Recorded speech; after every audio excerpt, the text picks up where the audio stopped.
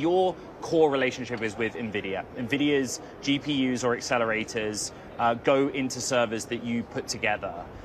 You've announced some updates to the AI factory, which is basically your offering to the enterprise. And I don't really want to linger on what those technical updates are. I want to ask you the why. What is it that you and Nvidia are responding to that you needed to make changes to AI factory? What is it that customers are asking you for? Yeah, well, I wouldn't say we've made changes to the AI factory. I would say we're augmenting and continuing to innovate to make the AI factory even better. And there's sort of two flavors of the AI factory, right? There's one that we build for the very large CSPs that you've heard about, like xAI and CoreWeave and folks like that. But what we're really going after is really the enterprise AI. What enterprises are looking for is something that's simple, easy to use, something that they can rationalize an ROI around, and that's really what the AI Factory 2.0 is all about. I just got off stage, we were talking about all the great storage announcements that we have, including our AI data platform, our private cloud platform, and the automation platform that we're building on top of it to make AI easy for customers to ingest and deploy. The relationship with Nvidia is interesting to understand. Is it that Dell kind of acts as a sales channel for Nvidia's GPUs, or does Nvidia act as a sales channel for Dell's server designs? Well, clearly Nvidia is a key partner, like many of our other ecosystem partners, and they're a key portion of our AI factory. We've engineered and developed it together. We go and we meet customers together, so it's more of a partner relationship. Dell has committed heavily to providing AI systems that are built on Nvidia technology. But what was so interesting out of Computex was NVLink Fusion, but the idea that Nvidia opens up its technology to other providers. One of the surprise names was Qualcomm. If a customer came to you, Arthur, and was like, I'm interested in having some hybrid solutions, could you do that, and how quickly could you do that? Well, we could absolutely do that. How quickly, not ready to announce any products today, but what I want you to understand is that, there are a lot of technologies out there. NVLink Fusion is an incredible technology, and we're looking at creating the best AI platforms that help to democratize this technology and give customers the AI that they're looking for. The big customer that everyone is talking about is xAI. Are you surprised by that? I am not. Colossus was a huge project. You get a lot of credit for moving incredibly quickly with xAI. Could you basically give us the basics of the project? Was it H100 from Nvidia, or was it GB200? What scale is it at?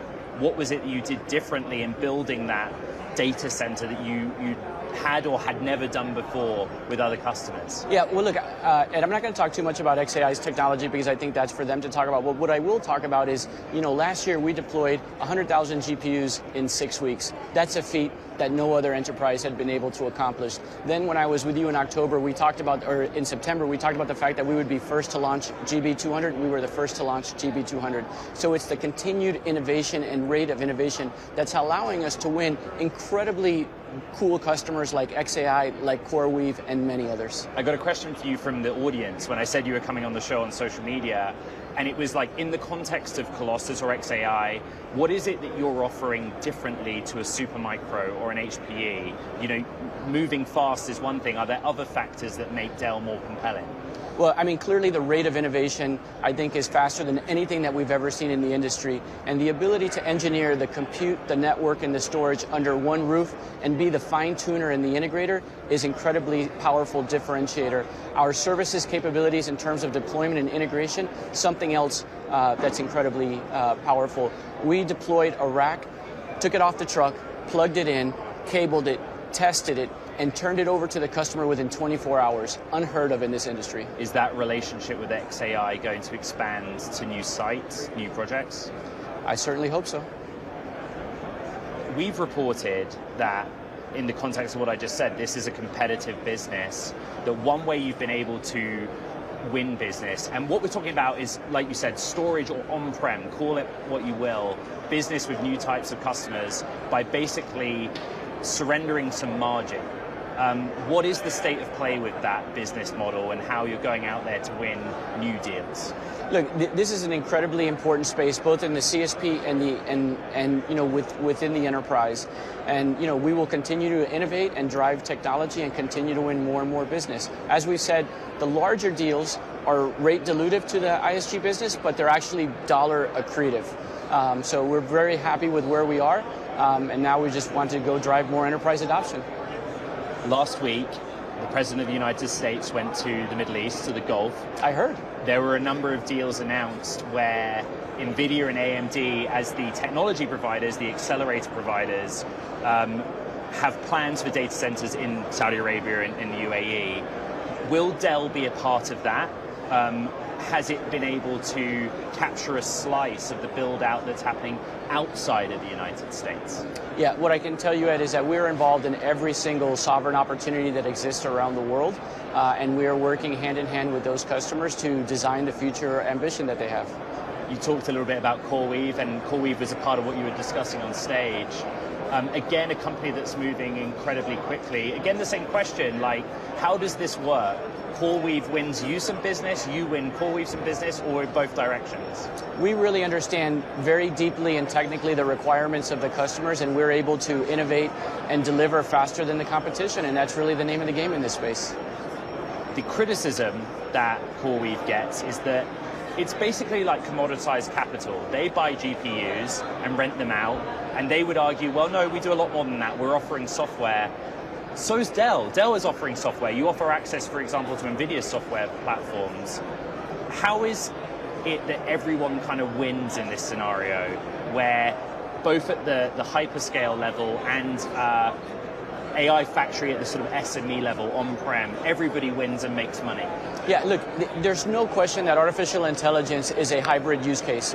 There'll be some use cases that'll be on-prem. The majority of the use cases will be on-prem because that's where 85% of the data resides. There will be other use cases where customers feel like they can use a GPU as a service provider. I think this is an incredibly massive opportunity with plenty of room for a lot of entities to play.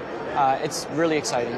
There is a distinction, or I'm guessing that something has changed from when we were sat here 1 year ago, which is that at that time, the AI factory was quite clearly defined.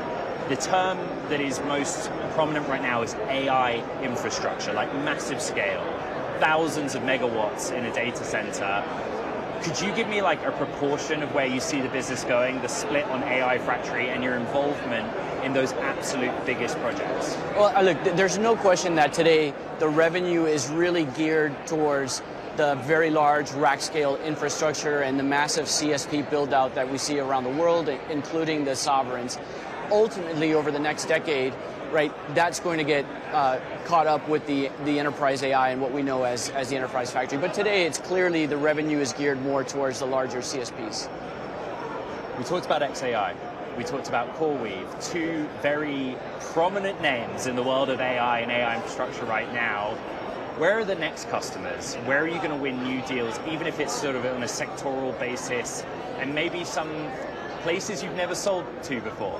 Look, this is incredibly interesting, Ed. Like I said, look, we're engaged with every large opportunity around the world, sovereign, private, and so we'll see who the next customer is. But I can tell you that there are a lot of really interesting projects out there. There's a lot of investment that's going into building out these large data centers. It's very complicated. The innovation is happening extremely quickly. And what customers are looking for is a technology partner that really understands the space, knows how to build large-scale infrastructure, understands data design, understands thermal design, understands network design. These are all the capabilities that differentiate us and get us into every single conversation around the world. Just very quickly, so Dell has experience selling to the public sector. We use the word sovereign. So outside of the United States, you see scenarios where Dell does deals directly with nation states who want to build out and control their own AI infrastructure. Potentially, yes. And how would that work? We'll see when it happens.